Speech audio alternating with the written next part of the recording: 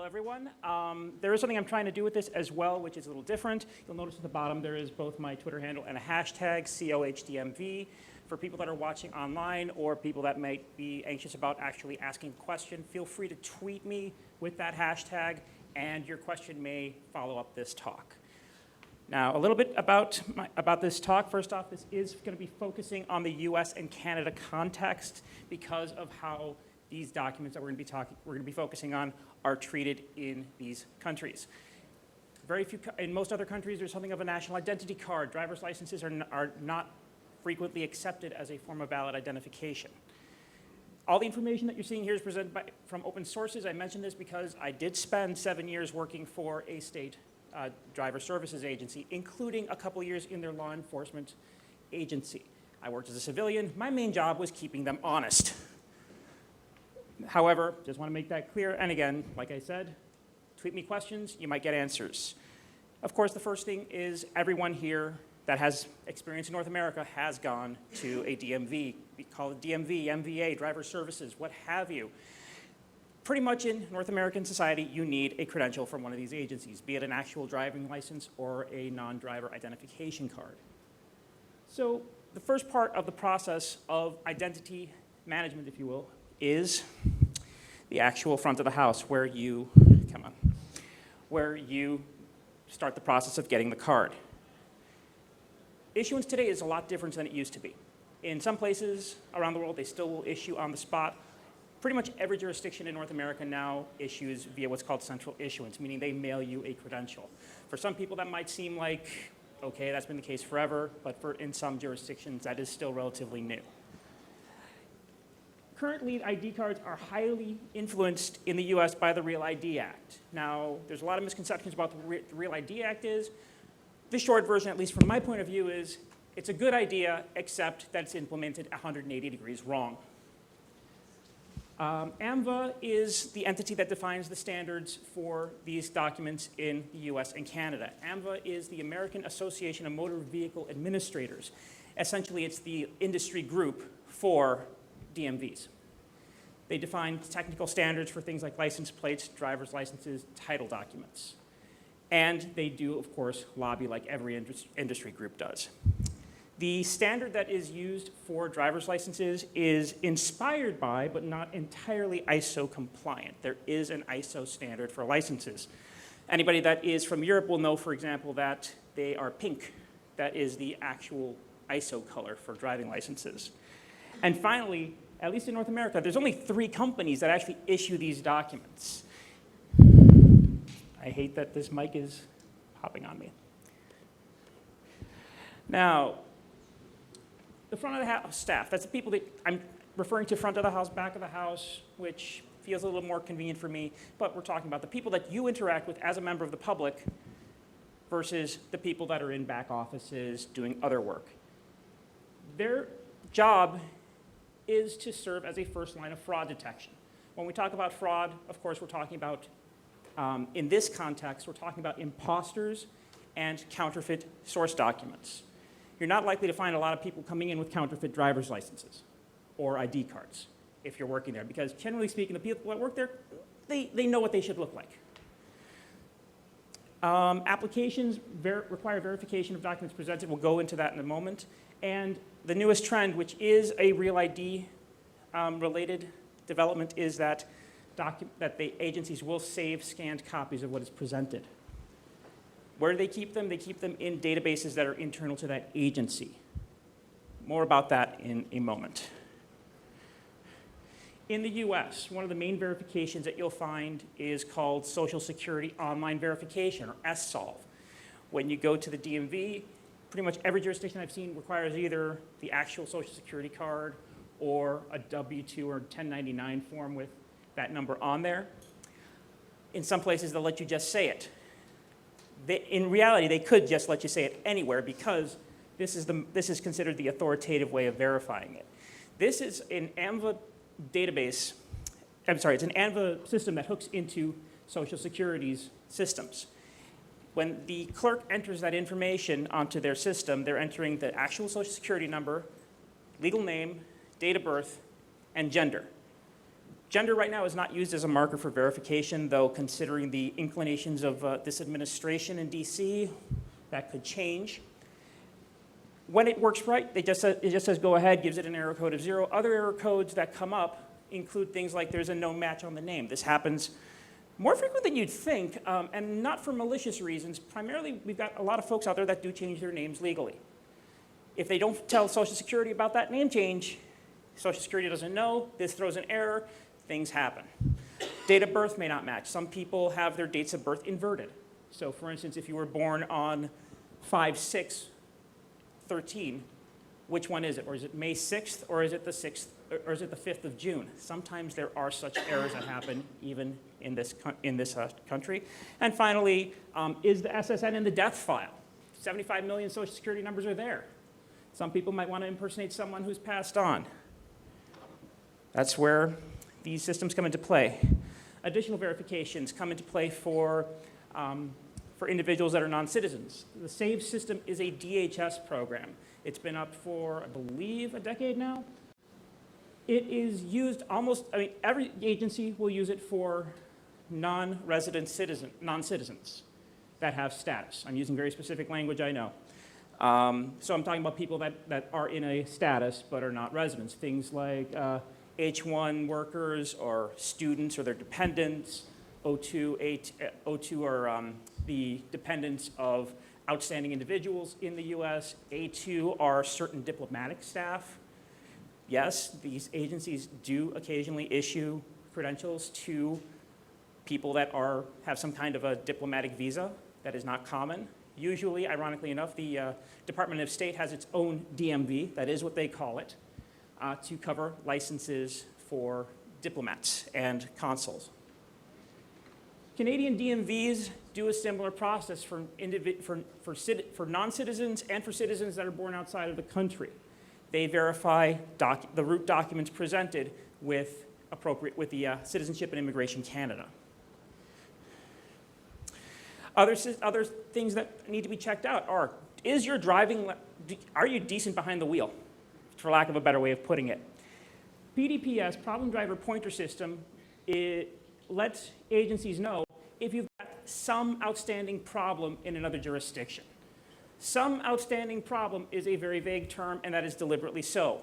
That could be anything from you have a tendency to drink before you drive and have 20 DUIs, or it could be that you forgot to pay a stop sign ticket in Bumbleblook.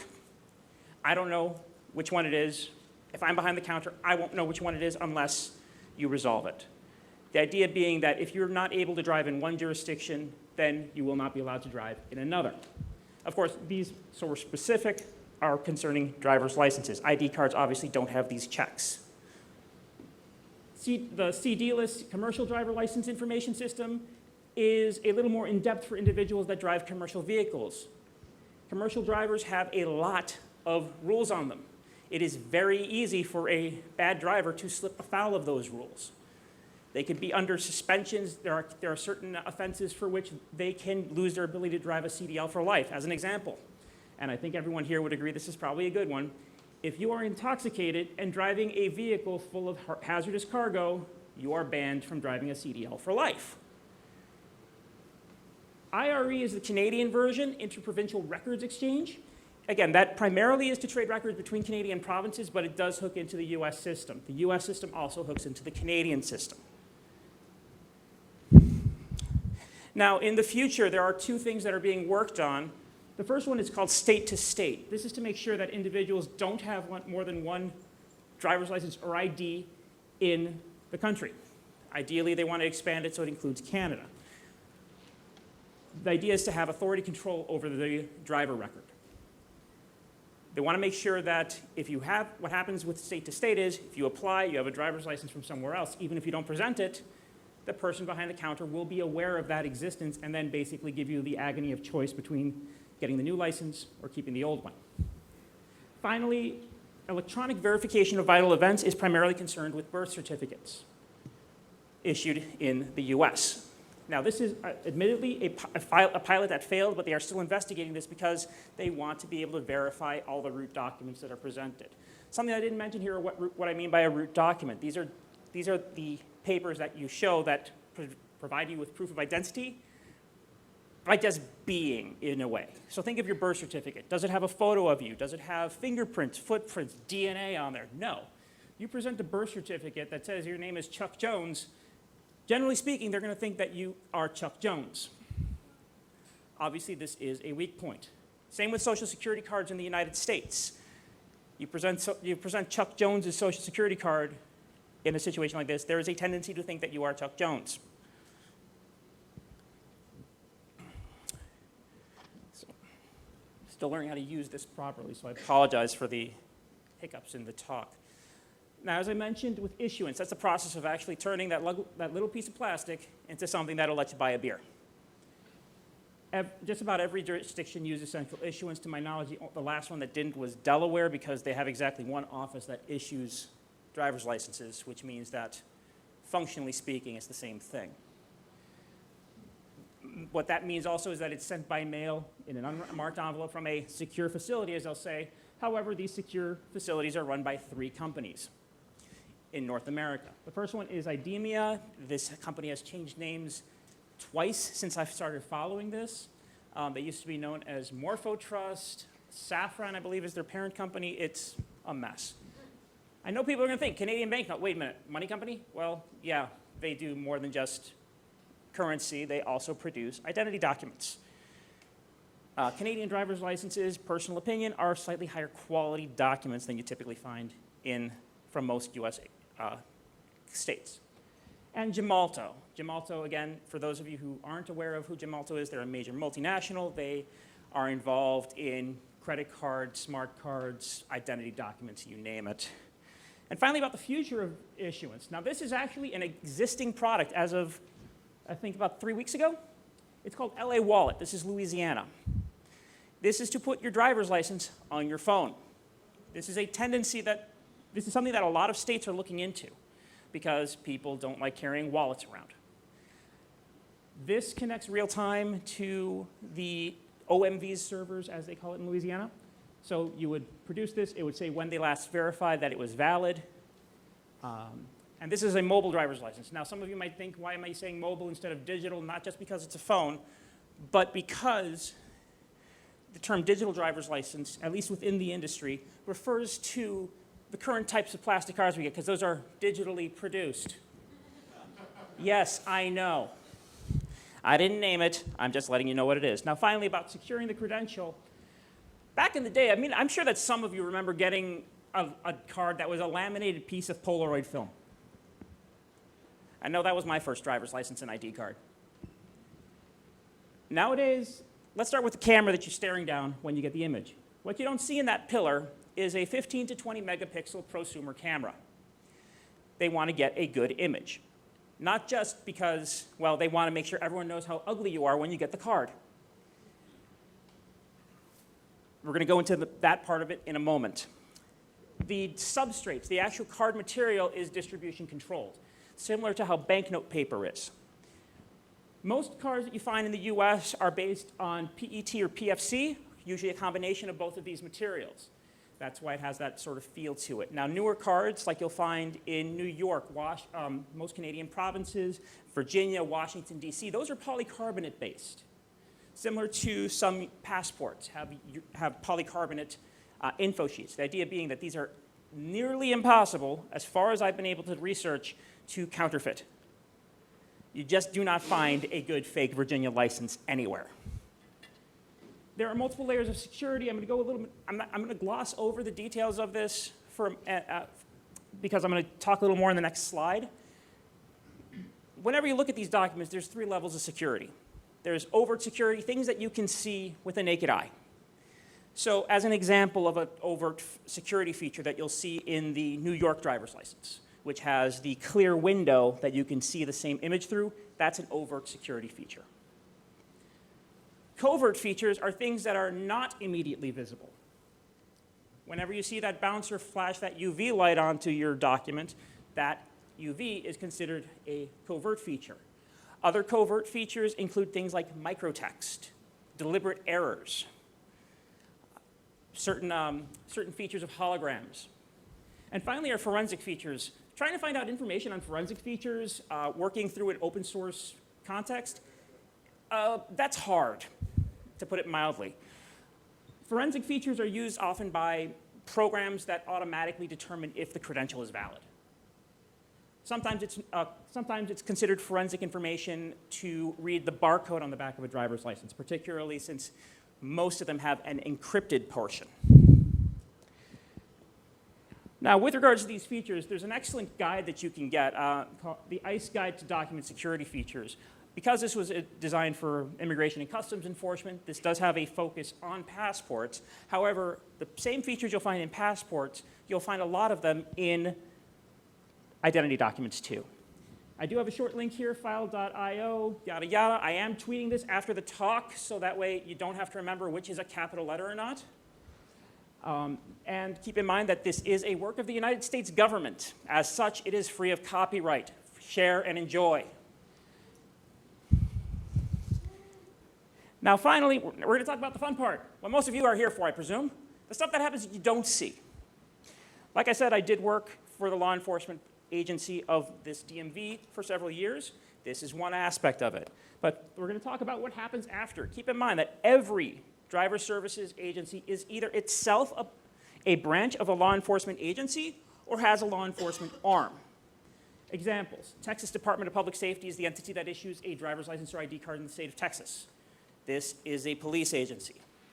ICBC Special Investigations Unit is a section of the Insurance Corporation of British Columbia, the driver and vehicle licensing agency in British Columbia. Not everyone there is a cop. Not everyone works for the cops, but these people do. They specifically look for certain things. Now, regarding IDs, I'm going to focus, obviously, on that. The first one is investigating post-issuance fraud, investigating counterfeits, identification of investigatory subjects. So we're going to start with the fraud desk. Every agency has a fraud desk. Now, as I'm sure that this has got to be shocking considering the reputation of a lot of driver services people, not all of this fraud is caught when they go to the office. Okay? Yes, for those of you who are familiar with The Simpsons, there are still a lot of Patties and Selmas there. Pro tip, the younger the person is, the less likely they are to be that way. Now, how do they investigate these claims? The first one is they get reports from law enforcement. They get also documents that have been returned to them. In the US, for example, under the Real ID standards, an individual has to present documents verifying address. If something gets kicked back that should be going to a legit address, there's an ink that automatically insinuates there is something wrong. Now, over the counter, that's what OTC is. Back in the day when you just go into the office and walk out with a card. Once those cards were issued and out in the field, there's not much that could be done with it. This, of course, is a problem when you're trying to ensure that that document is trusted. Everyone here, at some point, has had to trust that that piece of plastic, assuming in North American context, has had to trust that that piece of plastic accurately represented who that person was, at least in a legal context. Once it's in the wild and it's got someone else's face on it, that's it. There's not much that can be done. If you're lucky, as an agency, they might come back for another service and you might discover it then. That doesn't happen that often. I have experienced that. Finally, with current issuance, with central issuance, every application has facial recognition run on it. Not for the reason you might think, though. So we're going to talk about the La Policía, of course. Most frequently, what they do is they respond to information requests from other agencies, whether we're talking about, Podunk, or we're talking about California. It could be any law enforcement agency could be asking them. I mean, there have been cases where I've personally had to respond to different federal agencies and to military police to provide them with information of, for example, the status of the document, or if there's something that they received back in an automated return which they don't understand. Because there are times where a record will go to somebody, some authorized receiver. It'll say contact agency police, because it's a weird situation. Now, again, the vast majority of the time, as I sort of implied there, these responses are sent automatically. Agency A goes onto a secure law enforcement onto the secure law enforcement network, sends a request to the DMV's police agency. They get a response. Examples of these networks are things like NISPIN, New York State Police Information Network. CLETS is the California Law Enforcement, I keep forgetting the T in that one. LEADS is the Law Enforcement and Acquisition Data System. I keep forgetting some of these acronyms. It's annoying. Every state has its own network. They all hook into, in the US, each state has its own system. Each state has a different name for it. They all hook into the FBI's master network, which is known as NLETS. Canada, a little different. Keep in mind in Canada, you basically have one large police agency that covers the whole country, which is the RCMP.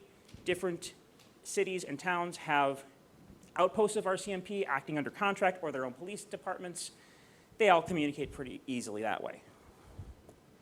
Now, of course, let's talk about this, your threat model. Because obviously, as soon as I say facial recognition, a lot of people's heads should start to spin. Of course, well, like I said, it's pretty simple. Yes, they do facial recognition, okay? And this is the sort of thing that people are worried about. Let's be real here. No, this is not what it looks like in the real world, at least from the DMV point of view. Now, as soon as you take a photo, that's enrolled in their database. Everyone here should know all about enrolling facial recognition for facial recognition. You dump pictures into a database, system figures it out. Now, in some jurisdictions, you take a photo before you do anything else. In that case, even if you decide after that photo is taken to walk out, that photo will still be enrolled, even if it doesn't have necessarily identifiers associated with it. Modern ID photos for driver's licenses and ID cards are very much ICAO standards. They're the same standards that you'll find for your passport. To put it in 3 sentences, flat front of the face, neutral expression, ideally without glasses. Now, keep in mind that because this is the standard, there's only one image that's being used. Or, if you have a history with them, several images, but they're all going to be similar images. Facial recognition is not very good when it comes to using small sample sets. Okay, keep in mind, states are cheap, contractors are pricey, good FR is relatively expensive. So there are limits to this system that make them a little less scary. The first one is the front view of the face. Even a side view like this is not going to be very easy, if at all possible, for those systems to match. Now, these are the ideal use cases for this system, though, because there are some. The first one is comparing databases between jurisdictions, looking up mugshots, and, of course, passport and immigration credential comparison. Why? Same standard for photo. Now, this is what DMV FR really sucks at, okay? Basically everything else. So you look at these surveillance-type images, not a chance. Cell phone footage, unless you're lucky enough to get a front shot of the face, probably not. Mass footage, think of some of the private sector samples where they've scanned sports ball arena. Won't happen. Low resolution, I mean, I'm looking at this picture here and seeing this, I'm like, I've seen pictures that are this quality and slightly better that haven't been able to get through the FR at our agency. And finally, of course, fishing expeditions, no. Fishing expedition, I know that this person looks kind of like this. That will not go for both. The simple reason that without an image to compare, even a good image, even a bad sketch, won't work on these systems. And finally, of course, there are laws against this. Yes, I know, police, laws, insert joke here. So this is a case study of the former, for example. In New York and New Jersey, they did have a cross-database, a cross-analysis between their systems. Literally thousands of people were discovered to have multiple active driver's licenses. Obviously, for this, driver's licenses were the primary focus, but again, they also did checks on ID cards as well. Now, these are a couple of the cases of people they found that were using fake credentials. The first one being rather impressive, a sanitation worker impersonating their dead twin brother to get $500,000 of disability benefits over 20 years. In New York, another one, a fugitive that was on the lam for 17 years was discovered because they had multiple driver's licenses. None of them had their actual identity, but they had one picture. They saw that this thing came up multiple times, and they're like, 2 plus 3 came together. In New Jersey, there was a man that used fraudulent IDs to get commercial driver's licenses. I mentioned an example of this before. This dude had 6 DUIs and 64 license suspensions. And keep in mind, even in cases where you've got someone patrolling you, you do not find people with 64 license suspensions, okay? Usually around number 23 or 4 or so, most people get out from behind the car. In New York, there were 12,500 cases found. But of these 12,500 cases, only about 3,000 were prosecuted. Sometimes due to statute of limitations reasons, sometimes because they found that the error was on the clerk's side. In New Jersey, they had about 2,000 cases that came up, only 1,000 were prosecuted. So again, this is probably and this is, to my knowledge, the only cross-state database run that has been performed. This will probably become more frequent in the future as the cost of data and processing power decreases. Now, who actually has the ability to search? Well, the cheap answer is it depends on the jurisdiction. Where I worked, there were exactly 11 people that were allowed to perform a facial recognition run. Of those 11, 5 of them never did it, and I got tasked with most of the rest. Obviously, we don't do it capriciously. We have to receive an authorized request from a law enforcement agency. Each state has different rules and guidelines on this. I happen to be in a state that was very conservative in this regard. The only reasons that you could run a check would be to identify a body, to identify a missing person, or if it's in connection with a crime, which they have to spell out. They can't say, we think this person did something. Most of these systems are functionally air-gapped. I say functionally because they're not completely isolated systems.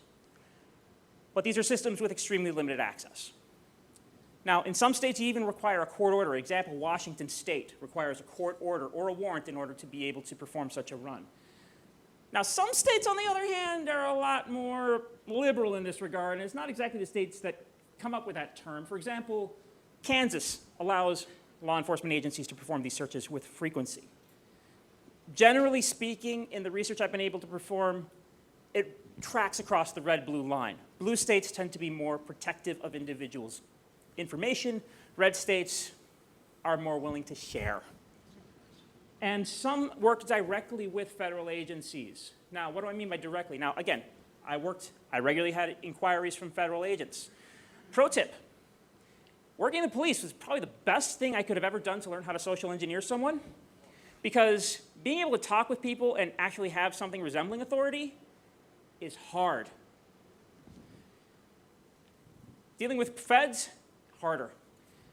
Some of them just want everything now, now, now. And you got to tell them, sorry, I can't help you. Which is about the most rewarding thing to ever do, is to tell a Fed, you know. But some of them don't even bother with it. They just send it and they'll just process it right away. Again, like I said, this tends to track the red-blue state divide. And now, let's talk about this. Why am I concerned about knowing your threat model? Where is the real threats for facial recognition? Are these agencies really the threat there? Not really. Look at the private sector and look at what they're capable of doing right now. For instance, Amazon has been rolling out this recognition system, and they've been pushing it to law enforcement agencies. They enroll their mugshots, which mugshots are public records, folks. Try not to get one.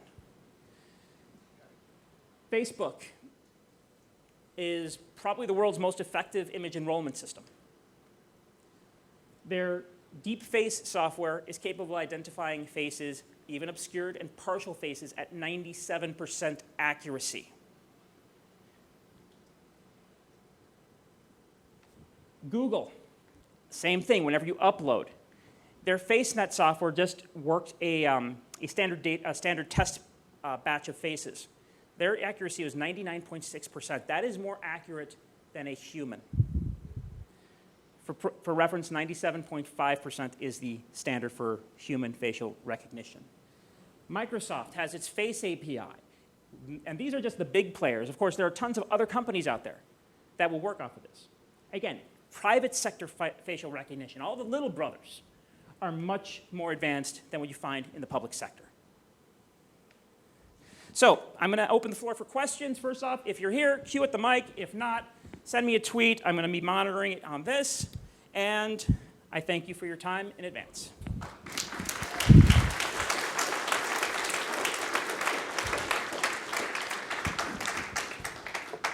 Yeah, question. How did you and how do other DMVs authenticate requests for information, whether it's personal information or facial recognition, from law enforcement agencies and court orders? The vast majority of requests either are entirely through or are started via secure law enforcement networks, such as what I mentioned, NISPIN, CLETS, LEADS, you name it. Either they will send the information directly through that network, which, again, each state network is connected to the FBI network. FBI actually sets the standards for these networks, and the state police of each state determines who has access to it. It's pretty reliable as such. Now, sometimes places used to issue the address.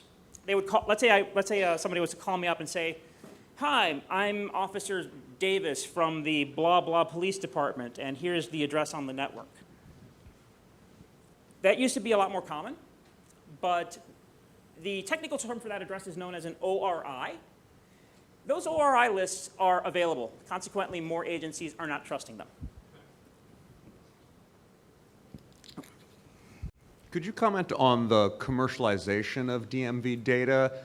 Meaning, are the DMV selling data to marketing agencies, and is there a way to opt out of that, or anything that we should be concerned with? Thanks. I'll start with the second part of that question about opting out. To my knowledge, it is not possible to opt out of it. However, it's not used for marketing in most cases.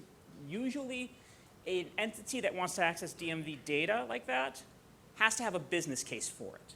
What do I mean? Something like an insurance company has a business case for it. Someone trying to sell you 3 pairs of socks on the internet does not. Now, what defines a business case will vary from state to state. Again, from what I've been able to find, it does follow that red-blue line. Hi, I live in Vermont, and in the past 2 years, we had a little bit of a scandal where folks who worked at the DMV, did I lose the mic? No, Okay. I'm aware of this situation. I'm just nodding to acknowledge the question. So folks who worked at the DMV would sort of casually collaborate with ICE, and they'd sort of send an email and say, "Hey, Steve at ICE, we have an undocumented immigrant coming in tomorrow for a driver's test," and ICE would come down and pick the person up. So my question is, how common is that sort of thing in other states or any kind of other similar collaboration? There's a reason that this is considered a scandal, and that is because pretty much every jurisdiction that in the U.S. that issues a driving credential for individuals without status has either official policies or unofficial statements to the effect that they do not disclose immigration status either directly or indirectly to federal authorities. The state I worked in did and does have a policy does have a program for issuing licenses to individuals without status. When this program, as I said, I kept my agency honest. One of the markers that I discovered was that in some of the information that would otherwise be lawful to release, it identified whether the individual had status or not. And because of what I did, I ensured that as a even though it wasn't an official policy, this was something that the people in charge of the agency had been promoting publicly. Literally had to get pushed up basically to all the lawyers who said, maybe it's not exactly in the law, but this is what we've said publicly, so that information does need to be redacted. Thank you. So, loophole idea. You don't need a driver's license to ride a bicycle, but the NYPD has been cracking down on cyclists, and if you get stopped, say, for running a red light, you could actually get points on your driver's license. New York, however, also offers a non-driver ID, and so you could give them that, and then there's no license to get points on. So would having a New York State non-driver ID and then a simultaneous driver's license from another state raise any flags, or is that just a terrible idea? Yeah, that's a terrible idea. I'll tell you why in a few different ways. The first one is that when you apply for a New York State non-driver identification card, at least to my knowledge of the process, they do in fact check to ensure that you don't have a valid driving credential anywhere else in the country. So you go there, you want to get that ID card, and they see that you've got a license from Hawaii. Well, that might cause problems. The second aspect of this is that under the road rules, basically, whatever laws are in effect for that state or country for the road, the bicycle is considered a vehicle. Not necessarily a motor vehicle, but obviously a vehicle. And vehicles have to follow the rules of the road. So yes, as a biker, you're supposed to stop at stop signs and stoplights. I know most of us don't. Okay, but yes, I know that in particular New York City is particularly aggressive about enforcing on bikers. And frankly, honestly, I think that's not a bad thing. And the reason why is because, at least with regards to like running red lights, for example, I don't like seeing bicyclists getting splattered. Personal preference. But what happens is that a driver file is created for you if you don't already have a driver's license. They just use the information that they're able to obtain from usually the citation, and they create a dummy file. And if that dummy file shows that there's nothing resolved and you go to another state, let's say you go to someplace where you need a car like Colorado, they will do a PDPS search and they'll say, you got a problem in New York. I've never had a license in New York. Well, they say you got some issue. Hi there. Thanks for speaking. Curious on your opinion about two potential cross-sections based on your experiences. One is DHS fusion centers, and the other is Witness Protection Program, Address Confidentiality Program members. Are there any protections for them with regard to facial recognition or surveillance databases? I do not have direct knowledge, a direct experience, I should say, of fusion centers. I never interacted with a DHS fusion center. I did work with one or two county fusion centers that were not explicitly DHS. But in those cases, it was just usually a request for information, not a request to do, for example, facial recognition. For instance, clarification on like vehicle ownership or something. That does happen. As far as, I apologize, I forgot the second part of the question. Witness protection. Every state has, if you will, has considerations for certain protected classes of persons. Now, witness protection does not fall into this, and the reason why is that witness protection is a federal program. Witness protection people will usually have a contact with every state has what's known as a confidential license desk.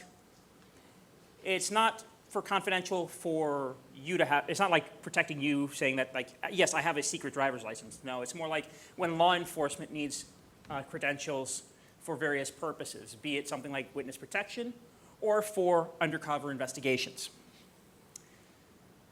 Individuals that have other privacy concerns or other limitations on their ability to obtain a credential, cases like this include judges. In most states, it includes first responders, domestic violence victims, parolees, homeless. There's usually a procedure for them to get a credential that doesn't show a home address. As an example, again, this is a hypothetical example. Let's say that a federal judge needs to get their driver's license renewed. When they go, they probably will have the courthouse address on their license, or a cop will have their precinct house. A homeless person or a domestic violence victim may have the address of a shelter.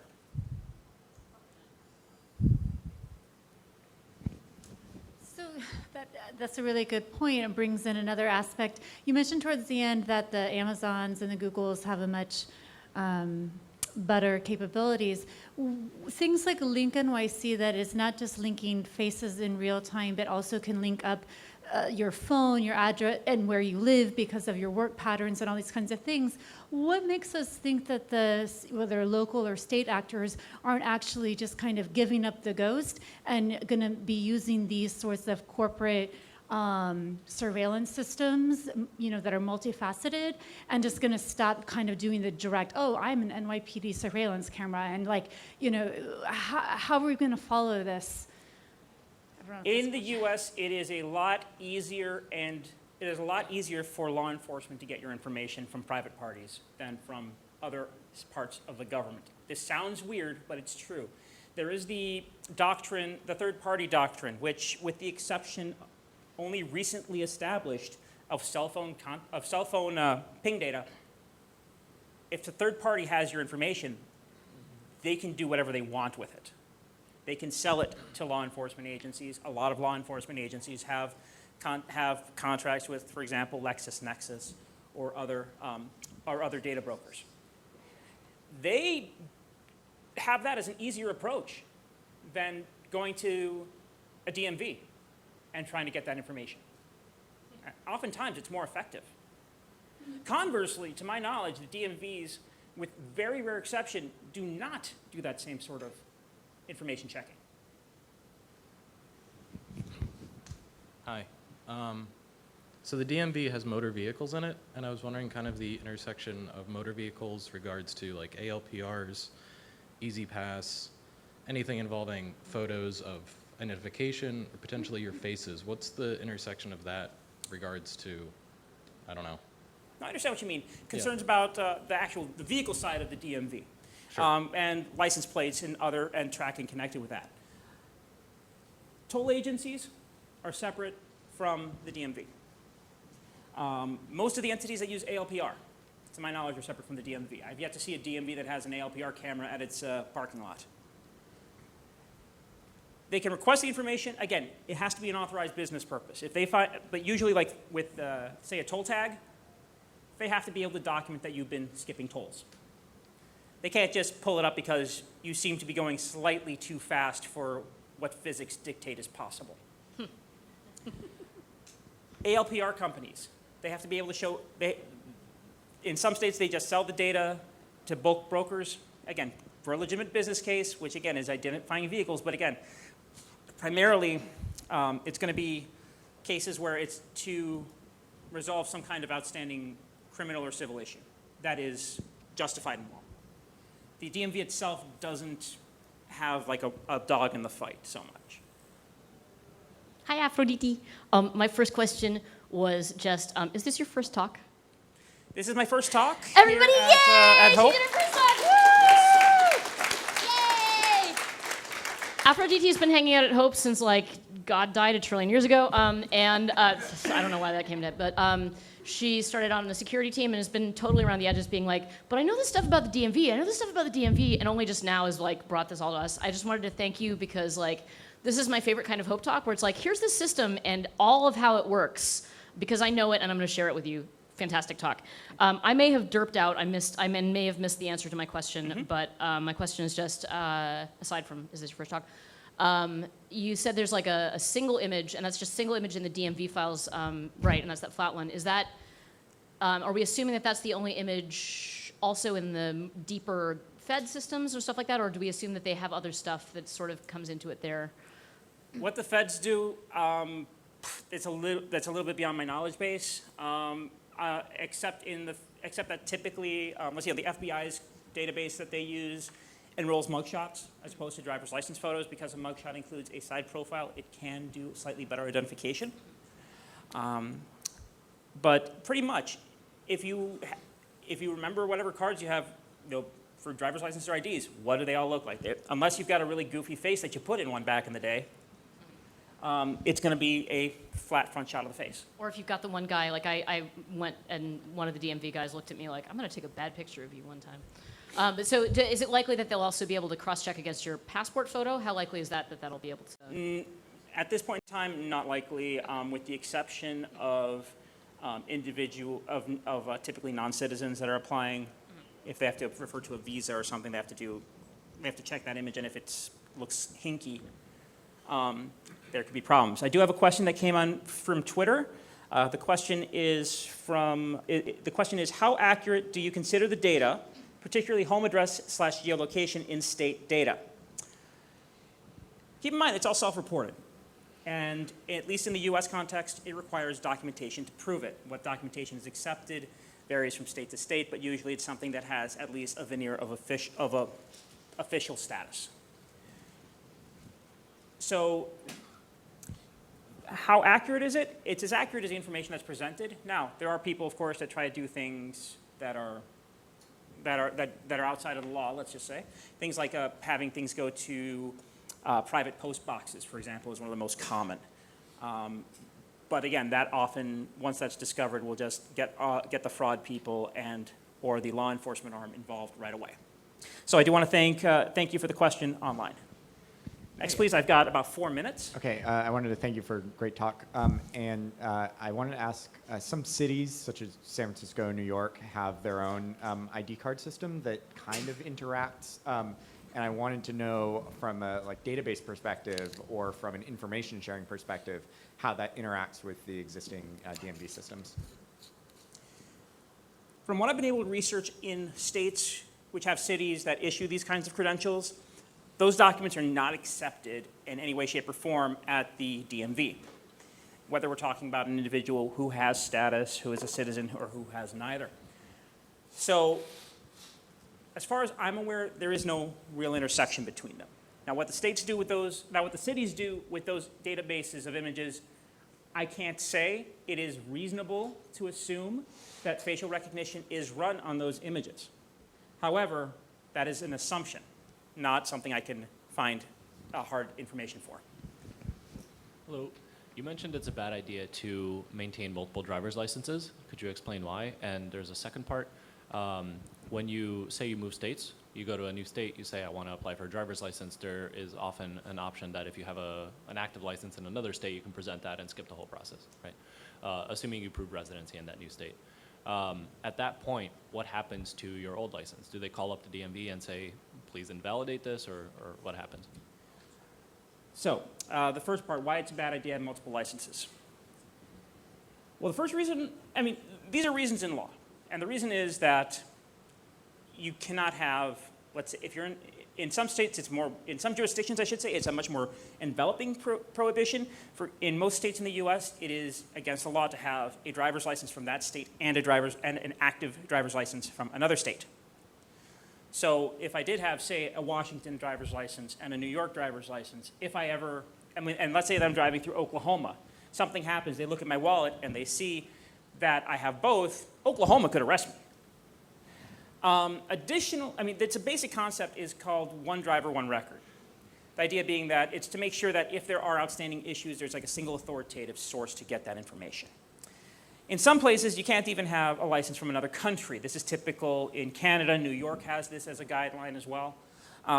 So you are required to surrender licenses, and typically that surrendering of the license is taken as proof of driving experience, at least from countries that they recognize. What happens with those surrendered credentials? Now, some places will just punch holes through it and kick it back to you. A lot of places nowadays, though, are retaining it. They notify the original jurisdiction electronically or return it. If they don't return it, they typically will destroy the original credential. And I do apologize that there are more questions. We can talk outside about this. We are at time. I want to thank you all for coming, and I hope you all enjoy the circle of hope.